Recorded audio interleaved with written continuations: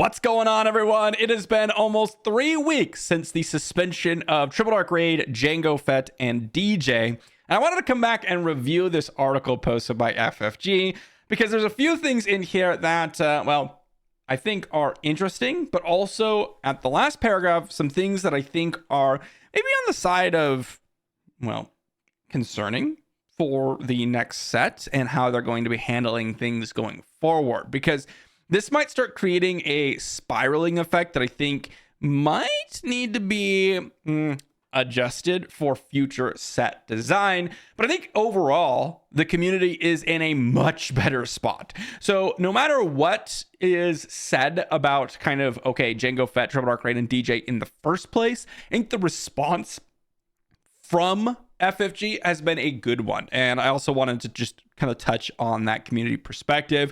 A quick thank you to my patrons over on Patreon, guys. Thank you for supporting the channel. But let's dive into this first paragraph where they talk about Han Solo and how they really wanted to do something about Han Solo, but the fact that we were approaching the end of set 3 and the very beginning of set 4, they wanted to see kind of what was going to happen in the first couple of weeks. And guess what? They did. And guess what? There were some clear outliers: Jango Fett, Triple Dark Raid, and, well, Han Solo.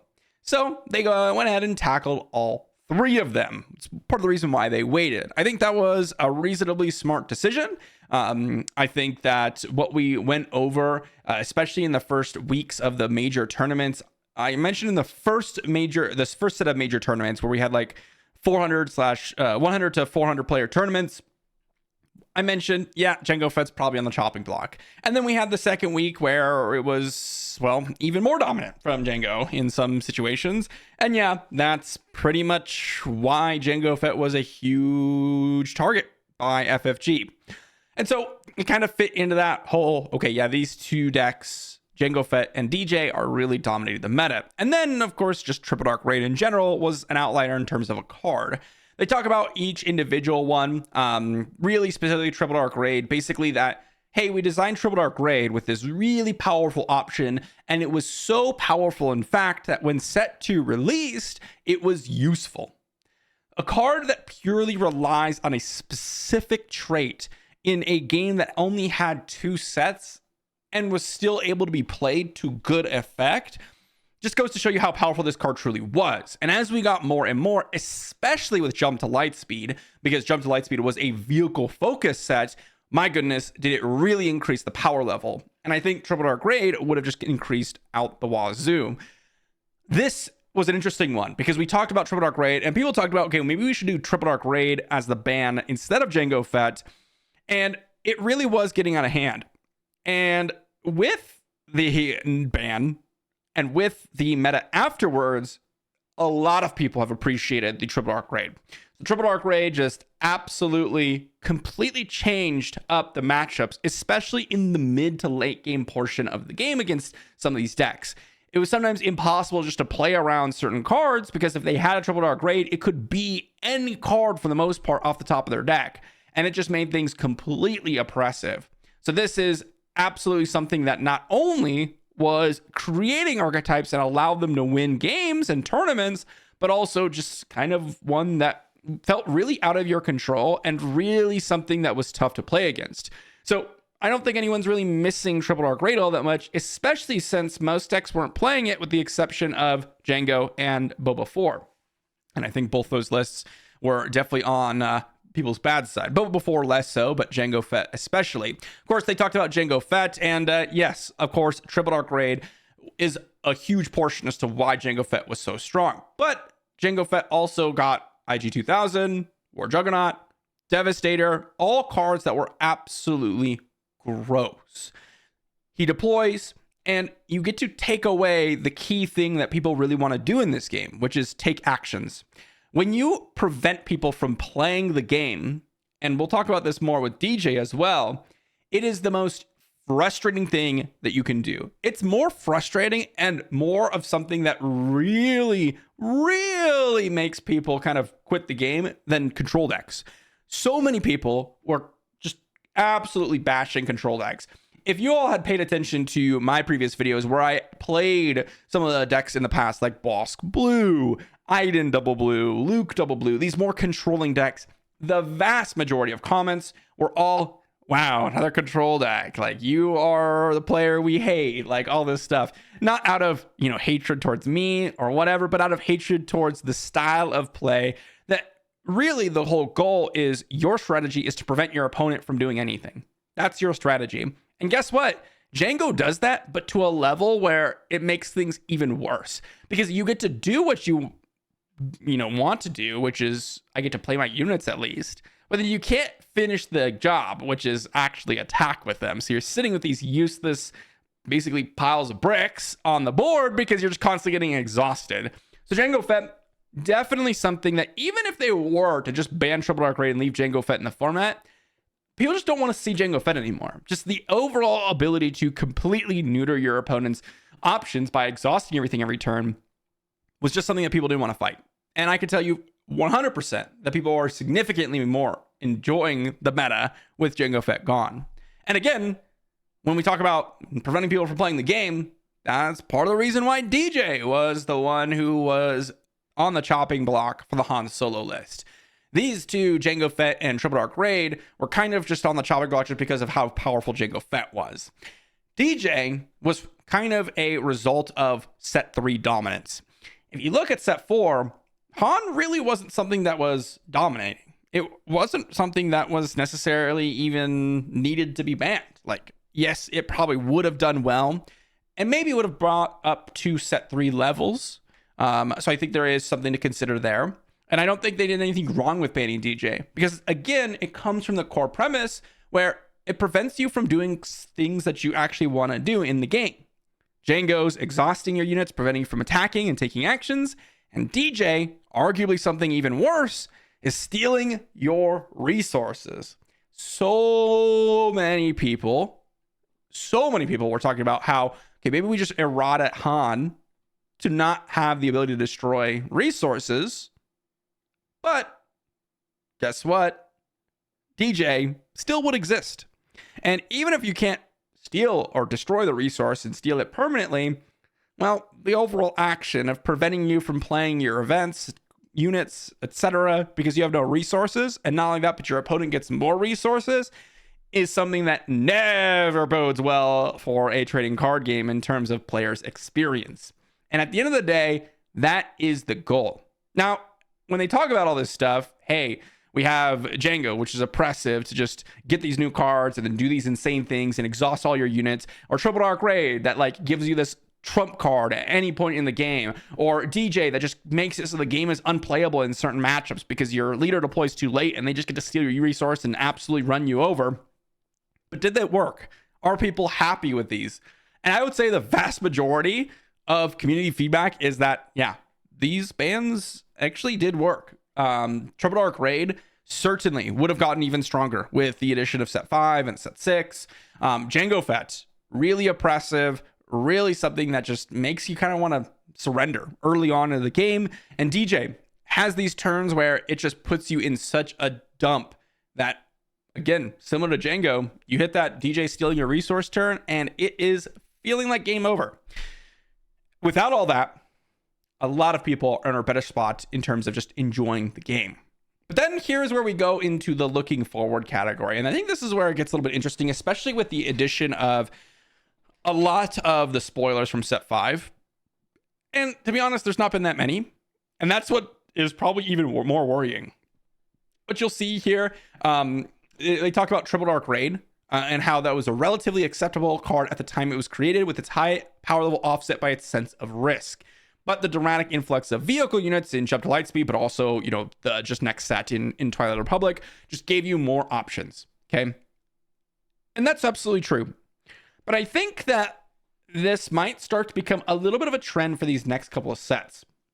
And I do think that FFG may need to be really proactive. And I think this is where it really comes in to how proactive FFG is. Because I am not one, as I said, and maybe people disagree with me in the comment section, and please let me know.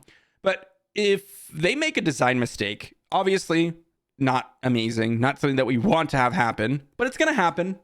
It just does. That's just how, in general, things happen in life. There's never oftentimes a perfect situation or scenario. So there's probably going to be mistakes made. And Triple Dark Raid was one of them, in that they didn't really predict how powerful Triple Dark Raid could become because of the vehicle units. And one of the cards that is really something that is on the lookout for, well, I guess in general, a whole category of cards, are the Force payoff cards. And they even explicitly mention this. I've talked about this a lot, because set 5 is all about Force. Most of the cards that we've seen so far have the Force trait, or work with the Force, or need to generate the Force, or whatever. But most importantly, just have the Force trait.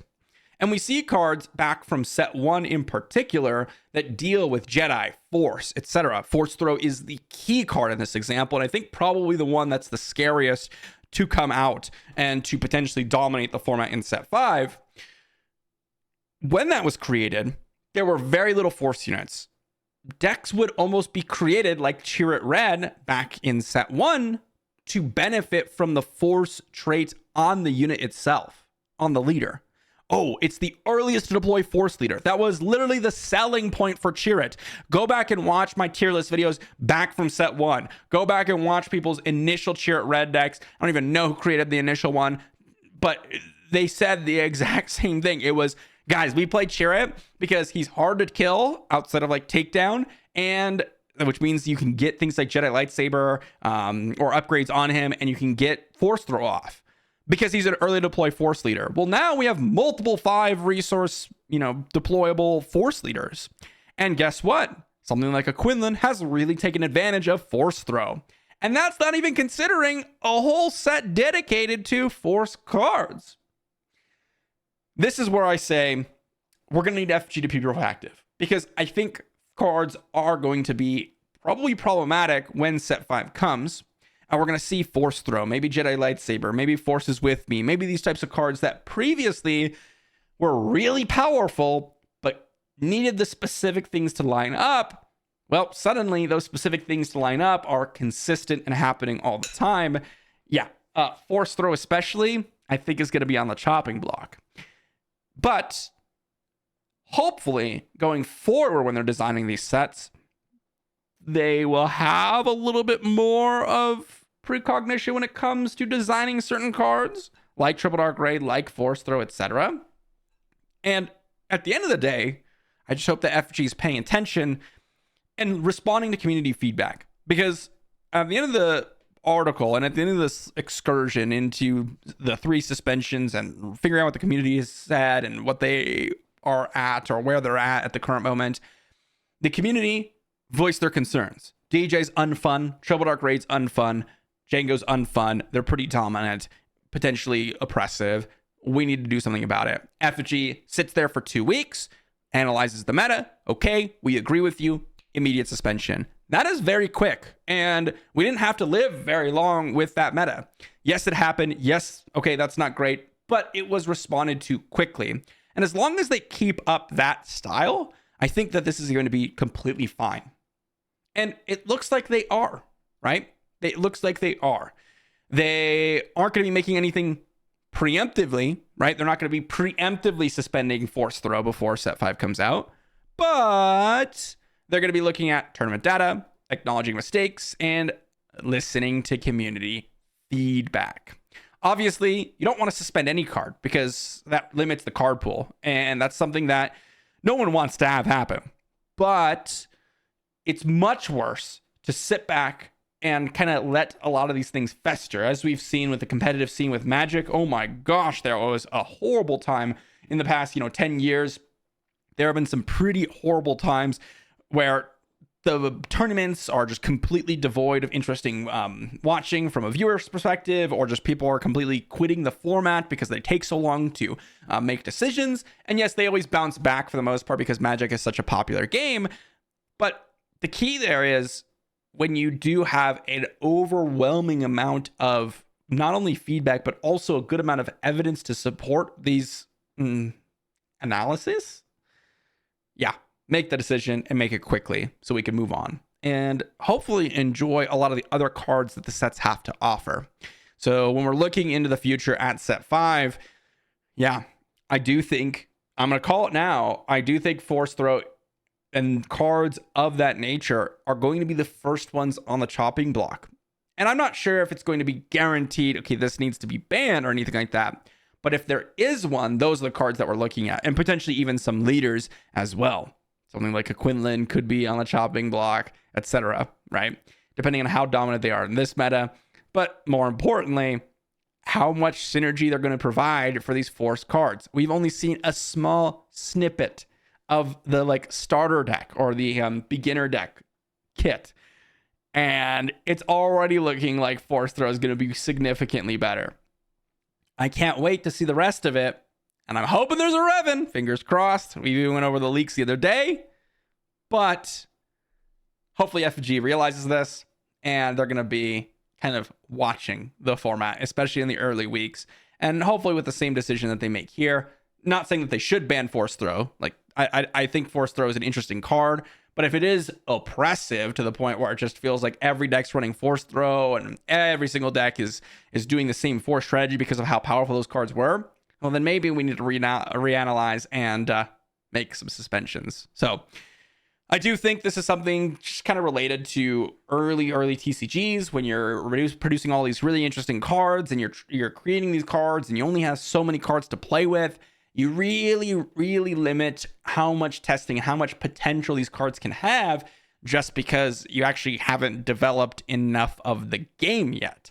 And yes, we're getting to the point where they're starting to get to like set 10, 11 or whatever. There are a couple of sets ahead, yes. But still, they don't have as much testing time as the whole community does. They're a smaller team. That's just kind of how it works. Hopefully they'll be able to take these and learn from them and move forward. And then going forward, once we especially hit rotation, we're going to see a lot less of this because we'll be moving out of that very, very initial portion of the game where every card was, well, ideally having mini synergy so that you could play it, but then hopefully it doesn't get too strong to where it oppresses the game. Let me know what you think in the comment section down below. I think this is kind of an interesting thought for a little while. I do think those cards should be on your radar. And I'm curious, how are you feeling about the set 4 at the current moment? I know a lot of people have just been running around and playing decks that we've, never seen before. Gar Yellow is, that's something that we've seen, but it's been popping up a ton. We've got things like Kylo. We've got things like, all the Piats and Quinlans, and it feels like a pretty solid meta right now. So, of course, we haven't hit a big tournament yet, so I don't know for sure. Maybe people are just going to run a bunch of Quinlans, but we'll see. And ideally, there'll be something done if it's too crazy come set 5. Thanks for watching, and I'll see you all for the next one.